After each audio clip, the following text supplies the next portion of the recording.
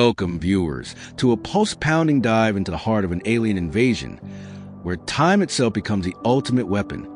Today, we unravel the intricate, explosive narrative of Edge of Tomorrow, a groundbreaking sci-fi action film that traps its unlikely hero in an infinite loop of battle, death, and relentless self-improvement.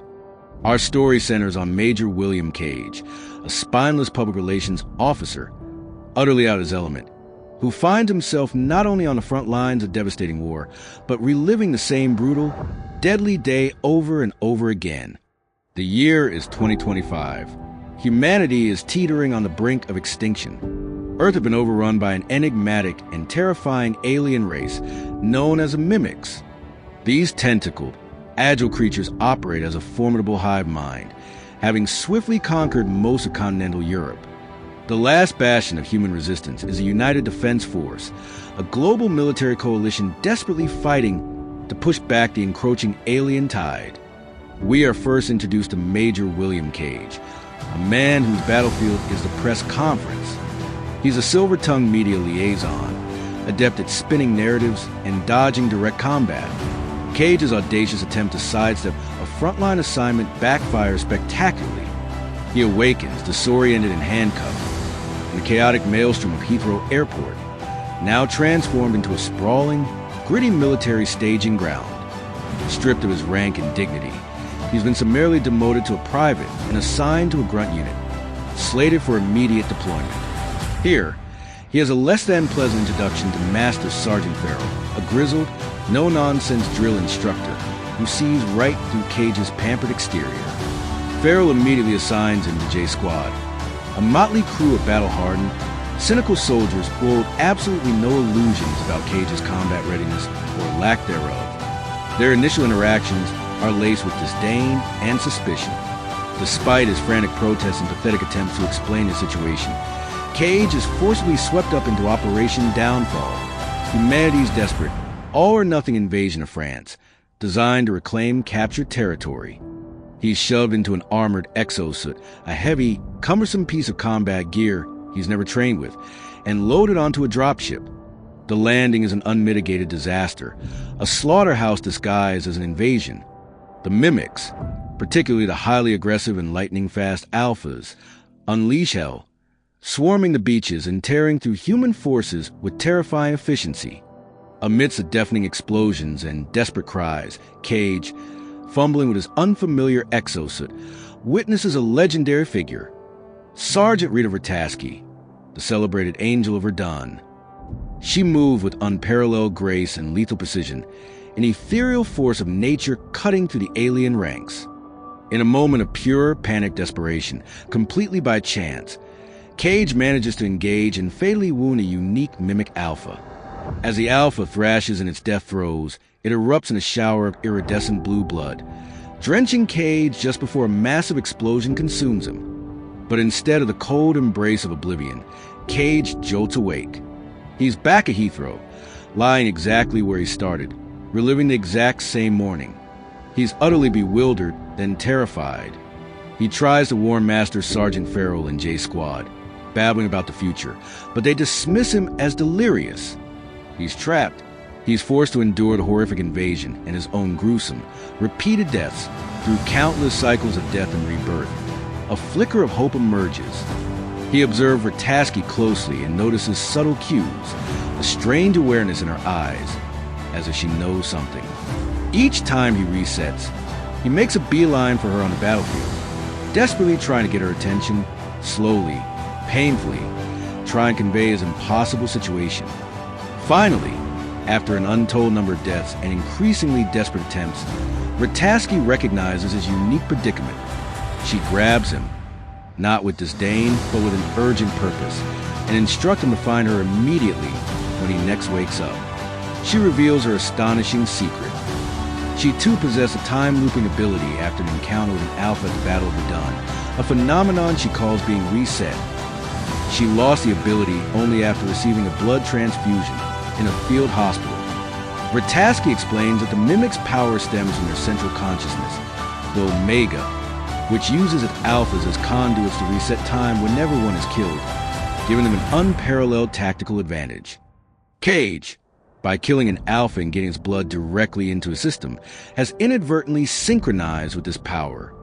Thus begins their extraordinary, brutal partnership. Vrataski, cold and pragmatic, immediately takes Cage under her wing, transforming him from a coward into a warrior. She subjects him to a relentless, often fatal, training regimen. He dies hundreds, perhaps thousands of times, getting shot, blown up, crushed by mimics, crashing dropships, making countless tactical errors. Each death is a lesson, a chance to refine their strategy, their combat skills, and their understanding of the battlefield. His transformation is agonizing but undeniable. Their shared, impossible goal is clear: locate and destroy the Omega, the mimic's brain. They initially believe it's hidden within a massive mimic hive at Verdun. They embark on a perilous series of daring attempts to reach it, dying and resetting, each time inching a little closer, learning from their catastrophic mistakes, and forging an unbreakable, if unspoken, bond amidst the constant cycle of death and rebirth.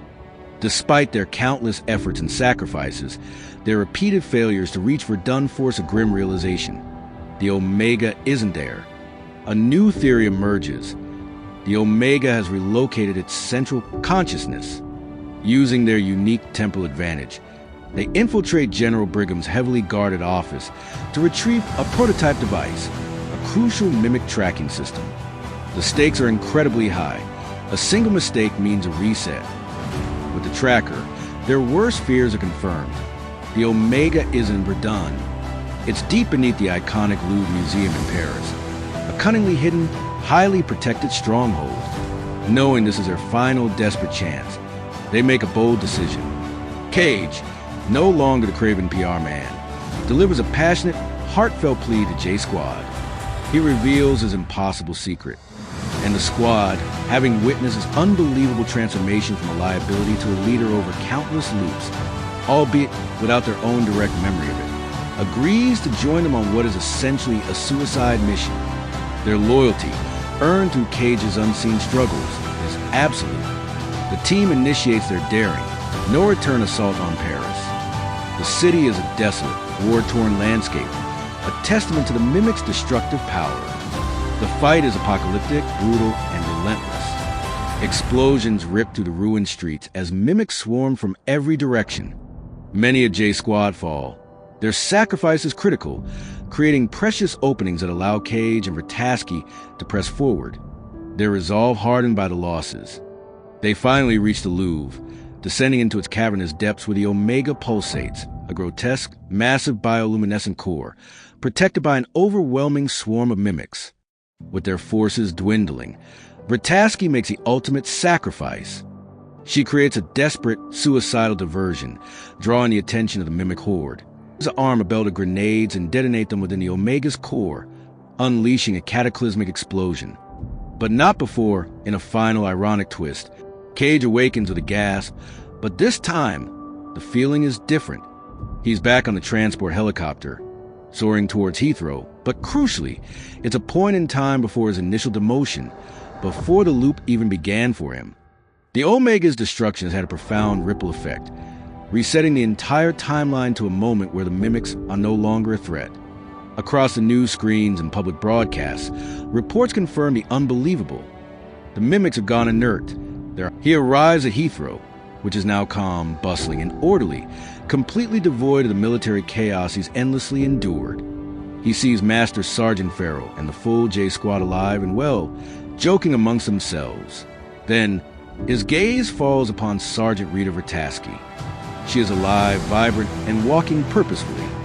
As he approaches her, a sense of quiet triumph and profound relief washes over him. Edge of Tomorrow is more than just an action-packed spectacle. It's a profound journey of transformation, a relentless crucible that forces an ordinary man to become extraordinary.